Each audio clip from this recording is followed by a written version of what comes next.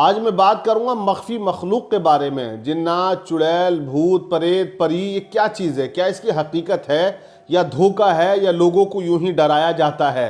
क्या है इसका मामला? आजकल सोशल मीडिया पर आपने देखो ये बाबा जो है बहुत चर्चा में है। नेशनल मीडिया हो या सोशल मीडिया हो, हर जगह मतलब मामला चल रहा है कि फर्जी है, हकीकत है। इस तरह की बहसबाजी लोग कर रहे हैं कि वो देख कर ये बता देते हैं। हालांकि अभी किसी पत्रकार के बारे में नाम लेके बुलाया कि जिसके चाचा का ये नाम हो आओ, तो अब लोगों ने पूरी प्रोफाइल खोल के लग दी कि हम तो उनके दादा का भी बता देंगे, परदादा का भी बता देंगे। क्योंकि आजकल सोशल मीडिया का ज़माना है और हर एक बंदा ज़्यादातर एक्टिव रहता है उस पर। मैं हूँ या आप हो, सबकी प्रोफाइल होती है और आप अपनी खुशियों को, अपने गम को आप शेयर करते रहते हैं। तो कोई भी आपके बारे में वहाँ से, फेसबुक से, ट्विटर से, कहीं से भी आपकी जानकारी निकाल सकता कि आप कौन हैं, क्या काम करते हैं, क्या मामला है आपका। फिर बता दे तो आप समझ लेंगे ये तो बहुत बड़े बाबा है। बहरहाल कहीं ना कहीं बाबागिरी में होशियारी और चालाकी की बहुत ज़्यादा ज़रूरत पड़ती है। बेवकूफ़ आदमी जो है वो बाबा नहीं बन पाता। अक्लमंद जो होता, चालाक, चतुर, धोखेबाज, वो ज़्यादातर बाबा बन जाता है। जो ज़्यादा झूठ बोलना जानता हो वो बाबा बनता है। हालांकि अच्छे लोग भी हैं और वो लूट मार नहीं करते हैं, उनका मामला अलग है, लेकिन ज़्यादातर जाली लोग आपको बहुत नज़र आ जाएंगे। तो बात कर रहा था मख्फी मखलूक, जिन्नात क्या चीज़ है? क्या जिन्नातों की कोई हकीकत है? तो जी बिल्कुल, जिन्नातों की हकीकत है। अल्लाह ने कुरान पाक में जिन्नों का जिक्र फरमाया है और एक वो जमात भी थी जिसने नबी करीम सल्लल्लाहु अलैहि वसल्लम के हाथ पर ईमान को कबूल किया है, यानी कलमा पढ़ा, मुसलमान हो गए। और सूरह जिन्न एक सूरत मौजूद है 29वें पारे में, और अल्लाह ने फरमाया वमा खलक़तुल जिन्ना वल इंसा इल्ला लियअबुदून। मतलब इंसानों से पहले जिन्नात का जिक्र है कुरान अजीम में, आयत करीमा के अंदर। तो जिन्न जो है वो इंसानों से पहले हैं। और कितने साल पहले? एक तारीख में मैंने पढ़ा है किताब में कि अल्लाह तबारक व तआला ने इंसानों के बनाने से पहले जिन्नातों को पैदा फरमाया। और कितने साल पहले? 60,000 साल पहले।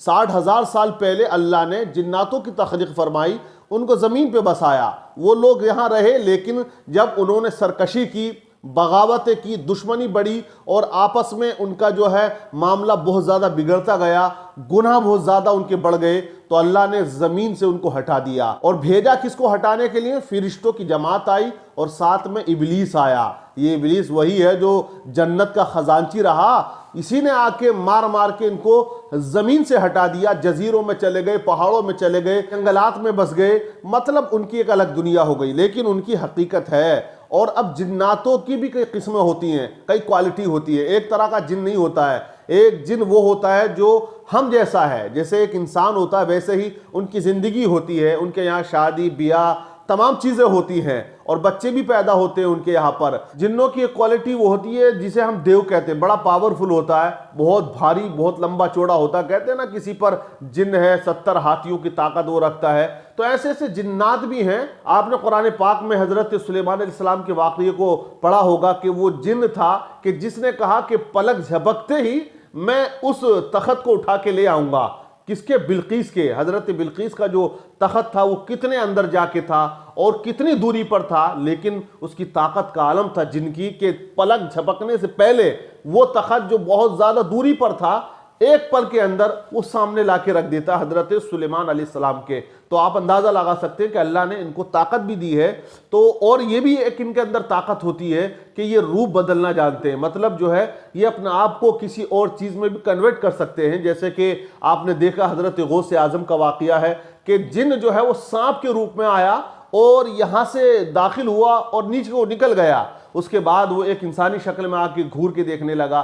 तो उसने कहा ज़बान हाल से कि मैंने बहुत से लोगों को आजमाया, लेकिन है गौसे आज़म मैंने आपकी तरह किसी को नहीं पाया। तो मतलब ये है कि ये रूप भी धारण कर लेते हैं। तो देखिए, एक क्वालिटी होती है परी, तो परी की भी एक हकीकत है और ये भी जिन्नातों की दुनिया की एक मखलूक कहलाती है। एक होती है चुड़ैल। तो चुड़ैल के बारे में जैसे हम बचपन में सुनते थे, आप भी सुनते होंगे कि जिसके पैर पीछे को हम, वो चुड़ैल कहलाती है। और बच्चे उस चुड़ैल के नाम से डरते भी बहुत थे और कह देते कि सो जा वरना चुड़ैल आ जाएगी। और ये भी एक बात मैं आपको बता देता हूं कि जब शाम का वक्त हो तो हमारे नबी की हदीस है, अल्लाह के नबी इरशाद फरमाते हैं कि जब सूरज डूबने लगे तो अपने बच्चों को अपने घर में दाखिल कर लो, यानी कि बच्चों को घर में बुला लो।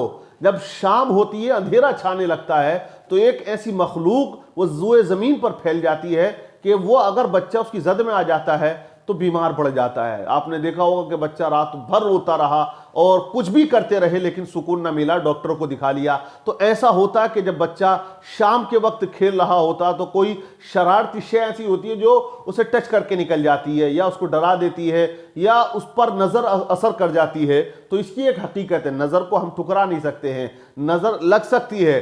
तो अब बच्चे को हमें अंदर कर लेना चाहिए, ये ज़रूरी चीज़ें हैं। लेकिन एक होता है भूत, तो भूत के बारे में लोग कहते हैं कि भूत है लिपट जाएगा और बहुत सौ पे आ भी जाता, कहते हैं भूत आ गया है।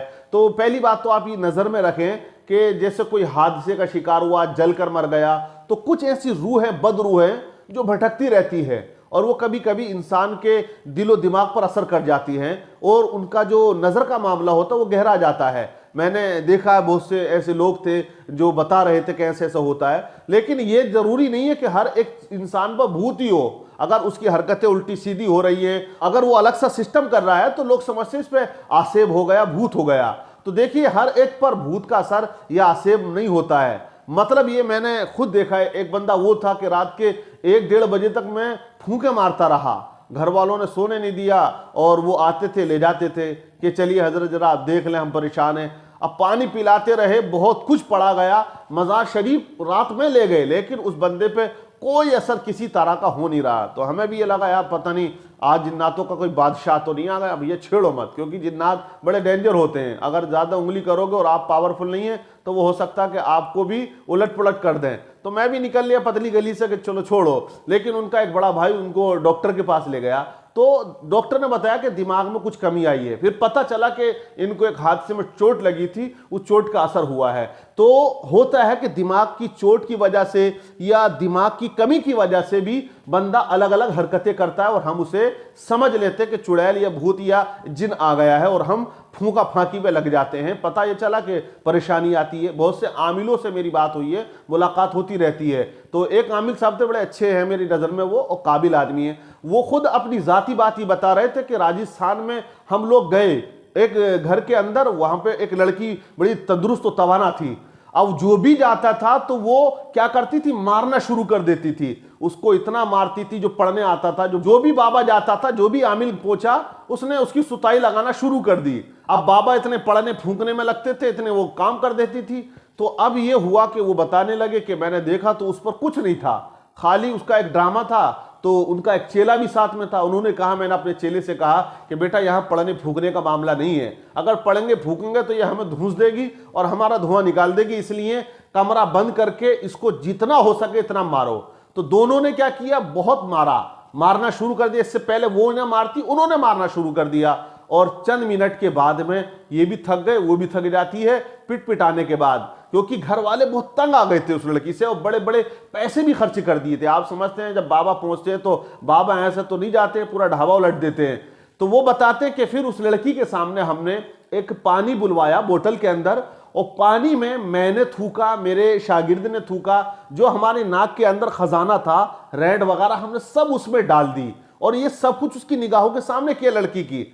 और फिर हमने वो बोतल घर वालों को दी और कहा कि जब भी इस पे असर दिखे आपको किसी चीज का तो एक ढक्कन पानी इसमें का पिला देना, ये ठीक हो जाएगी। लेकिन शर्त यह है इस पानी को आप ताले के अंदर बंद रखें और चाबी ऐसे इंसान पे हो जो ये निकाल ना सके, वरना पानी को ये फेंकने की कोशिश करेगी। तो अब आप अंदाजा लगाइए, वो बताते हैं कि वो लड़की उसी दिन से ठीक हो गई, क्योंकि उसने देख लिया कि अगर मैंने थोड़ा सा भी ड्रामा करा तो ये थूको वाला और रेटो वाला पानी पीना पड़ेगा और वो पी नहीं पाएगी। क्योंकि यार कोई हमारे सामने जरा सी हरकत भी कर ले, कोई ऐसी गंदी, तो हमारा दिल अंदर से नहीं लेता है। तो उस लड़की ने भी देख लिया कि पानी जरूर पिलाएंगे घर वाले और जबरदस्ती पिलाएंगे तो वो ठीक हो जाती है। तो कुछ ऐसे ड्रामे भी दुनिया के अंदर सामने आए और बहुत सी हकीकत भी है। जो परेशान है, 10-10 साल हो गए उनको बेचारे परेशान रहते हैं। तो भूत की भी बात यही है। तो लेकिन चीज ये है कि इन सब चीजों से डरना नहीं चाहिए। और एक पॉइंट की बात बताऊं, जो ईमान वाला होगा और पाक रहने का आदी होगा उस पर इन चीजों का अटैक नहीं होता है। ये चीजें उस पर बिल्कुल कभी असर नहीं किया करती हैं। जो नापाक रहते हैं और नापाक ज्यादातर लोग रहते हैं। जो नहाते हैं ना रोजाना वो भी नापाक रहते हैं, क्योंकि उन्हें गुस्ल का तरीका पता नहीं होता है। अगर वो पाक हैं तो उनके घर में जो लेडीज हैं वो कपड़े नापाक पहना देती हैं, उन्हें कपड़े पाक करने का तरीका मालूम नहीं होता। तो ये चीजें बड़ी अहम हैं, इन्हें आप याद रखें और अपने घर की औरतों को भी सिखाएं कि नापाक कपड़े को पाक कैसे किया जाता है और गुस्ल कैसे किया जाता है। इन तमाम चीजों को आप रखेंगे ध्यान में तो देखें इंशाअल्लाह आपको कोई परेशानी नहीं आएगी, क्योंकि अल्लाह दो लोगों को पसंद करता है, इन्नल्लाह युहिब्बुत तव्वाबीन व युहिब्बुल मुतताहिरीन। तौबा करने वालों को और पाक रहने वालों को अल्लाह पसंद किया करता है। तो ये याद रख लें। एक चीज और आती है मख्फी मखलूक में, छलावा, जिसे हम छल कहते हैं, और ये रात में भेस बदलकर अमूमन डराता है। लोग कहते हैं यार वो खेत जोतने गए थे, हमारे अब्बा तो छल आ गया था, जो बीड़ी लगाई तो भाग गया। ऐसी बातें बचपन में मैं भी सुनता था, आप भी सुनते होंगे कि वो साइकिल पे बैठ गया था, वो लड़की बन के आ गया था।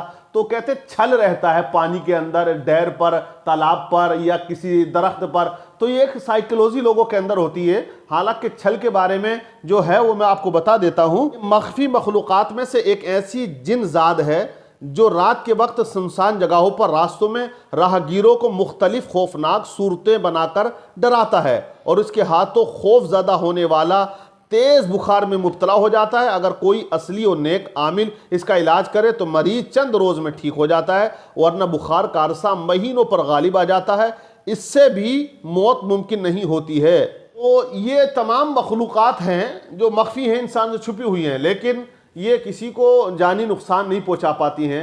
अगर आप समझ लें कि जानी नुकसान होता तो जिन्नात बहुत बड़ी तादाद में, इंसानों से ज़्यादा जिन्नात हैं, वो किस तरह से हमें नुकसान पहुंचा सकते हैं। लेकिन किसी किसी पर जिसका खून पतला हो या हल्का हो, या खून मिलने की भी बात होती है कि किसी का खून कैसा है, तो उस पर ये चीज़ें असर कर देती हैं और वो फिर उसकी जद में आ जाता है और सालों तक वो उसमें मुब्तला रह के परेशान रहता है। लेकिन यह है कि आप बाबागिरी के ज़्यादा चक्कर में न पड़ें, अपने आप को पाक व साफ रखें, कुरान अज़ीम की तिलावत करें, और जब रात को सोएं तो आयतुल कुर्सी आप पढ़कर सोया करें। इंशाअल्लाह तमाम बलाओं से आप महफूज रहेंगे। वरना आप अगर फाल खुलवाने जाएंगे तो ज़रूर फाल में डायन, चुड़ैल, बलियात या बदरू या हमजात कुछ ना कुछ ज़रूर आ जाएगा, और बाबा फिर यही कह देंगे कि घर में तंगी है, कमाते बहुत है, पैसा रुकता नहीं है।